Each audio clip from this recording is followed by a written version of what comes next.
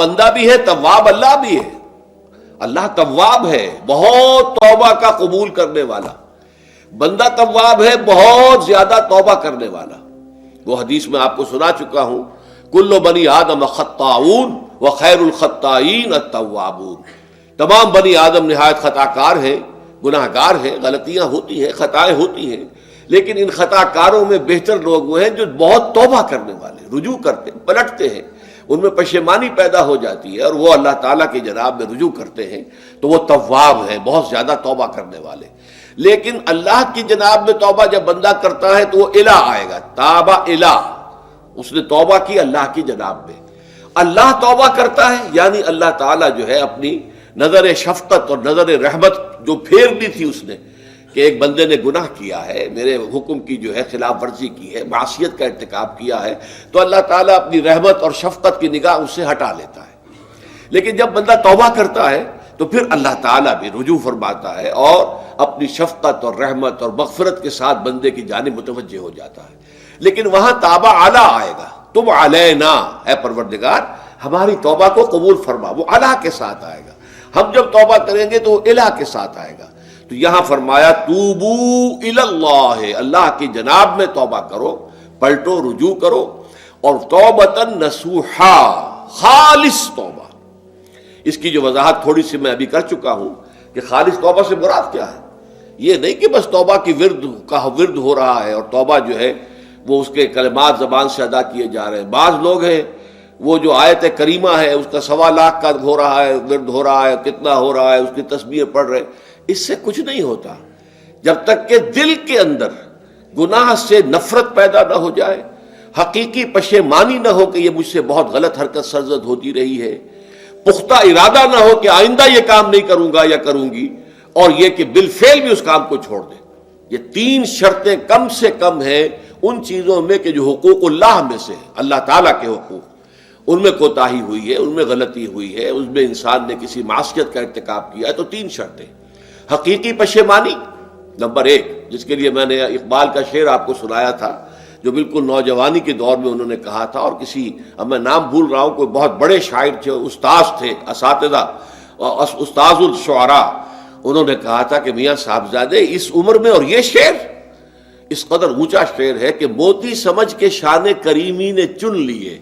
قطرے جو تھے میرے عرق انفعال کے۔ انفعال کہتے ہیں شرمندگی کو، کہ میں جب شرمندہ ہوا کہ میں اللہ کی جناب میں یہ کیا حرکت کر بیٹھا، تو اس سے میرے پیشانی پر جو پسینے کے قطرے رونما ہوئے، اللہ تعالیٰ نے ان کو موتی سمجھ کے چن لیا۔ اللہ تعالیٰ کو بندے کی توبہ سے اتنی خوشی ہوتی ہے۔ وہ حدیث بھی میں آپ کو سنا چکا ہوں کہ تم اندازہ کرو، ایک شخص ہے کہ جو ایک ریگستان میں لقودق صحرا میں سفر کر رہا تھا، اس کا ایک اونٹ تھا جس پر وہ سفر کر رہا تھا، اسی پر اس کا جو بھی راستے کا کچھ کھانا وانا تھا، خوراک تھی، وہ بھی، اس کی پوٹلیاں بھی تھیں اور پانی کی چھاگل بھی بندھی ہوئی تھی۔ تھوڑی دیر کے لیے وہ ایک درخت کے سائے میں بیٹھ گیا استراحت کے لیے، وہ اسی میں آنکھ لگ گئی اس کی۔ اب جب آنکھ کھلی تو دیکھا کہ اونٹ غائب ہے۔ اب اونٹ گویا کہ اس کی زندگی کا واحد سہارا، کہاں جائے گا اب بغیر اونٹ کے؟ اس دوڑا دائیں بائیں، شمال جنوب مغرب مشرق، سب میں کہیں جہاں تک وہ کر سکتا تھا اسے کہیں اونٹ نظر نہیں آیا۔ تو پھر وہ اسی درخت کی سائے میں آ کر بیٹھ جاتا ہے موت کے انتظار میں کہ اب تو موت ہی آئے گی، نہ کھانے کو کچھ، نہ پینے کو پانی، نہ سواری کہ میں کہیں یہاں سے نکل سکوں۔ اچانک دیکھتا ہے کہ وہ اونٹ تو کھڑا ہوا ہے اور وہ سامان بھی موجود ہے۔ تو اس میں فرط مسرت کی وجہ سے خوشی اتنی شدید ہوتی ہے اسے کہ وہ کہنا تو یہ چاہتا ہے اے اللہ میں تیرا بندہ ہوں، تو میرا رب ہے، لیکن وہ کہہ یہ بیٹھتا ہے اے اللہ میں تیرا رب ہوں، تو میرا بندہ ہے۔ یعنی اتنا وہ اپنے اس میں حواس کھو بیٹھتا ہے خوشی کی وجہ سے۔ اتنی ہی خوشی ہوتی ہے اللہ تعالیٰ کو اپنے کسی گناہ گار بندے کی توبہ سے۔ اب آپ اندازہ کیجئے، یہ ہے جو تشبیہ حضور صلی اللہ علیہ وسلم نے توبہ کی عظمت کے لیے بیان کی۔ تو اس کے حوالے سے، اور میں آپ کو فلسفے کے طور پر بھی بتا چکا ہوں کہ بہت بڑی غلطی جو ہے، جیسے ان دونوں صورتوں کا جو مرکزی مضمون میں نے بتایا تھا کہ خاندانی زندگی میں 2 انتہائی کیفیات پیدا ہوتی ہیں، یا میاں بیوی کی موافقت نہیں ہو رہی تو آخری حد ہے طلاق، یا یہ ہے کہ اتنی محبت ہو گئی ہے کہ محبت کی وجہ سے شریعت کی حدود کے اندر رد و بدل ہو رہا ہے۔ تو پہلے کے موضوع کے اوپر سورہ طلاق ہے اور دوسرے موضوع کے اوپر سورہ تحریم ہے۔ تو طلاق کے معاملے میں بھی عیسائیوں سے جو بہت زیادہ غلطی، بہت بڑی سرزد ہوئی، وہ یہ ہے کہ حضرت عیسیٰ نے یہ فرمایا تھا کہ جو شخص اپنی بیوی کو طلاق دیتا ہے گویا کہ ناحق، وہ گویا کہ اس سے زنا کرواتا ہے، یعنی یہ کہ طلاق ہو گیا اس کو، اب وہ بیچاری جو ہے وہ بے شوہر کے ہے، عام طور پر مطلقہ سے کوئی شادی نہیں کرتا، تو اب اس کے فتنے میں مبتلا ہونے کا امکان موجود ہے،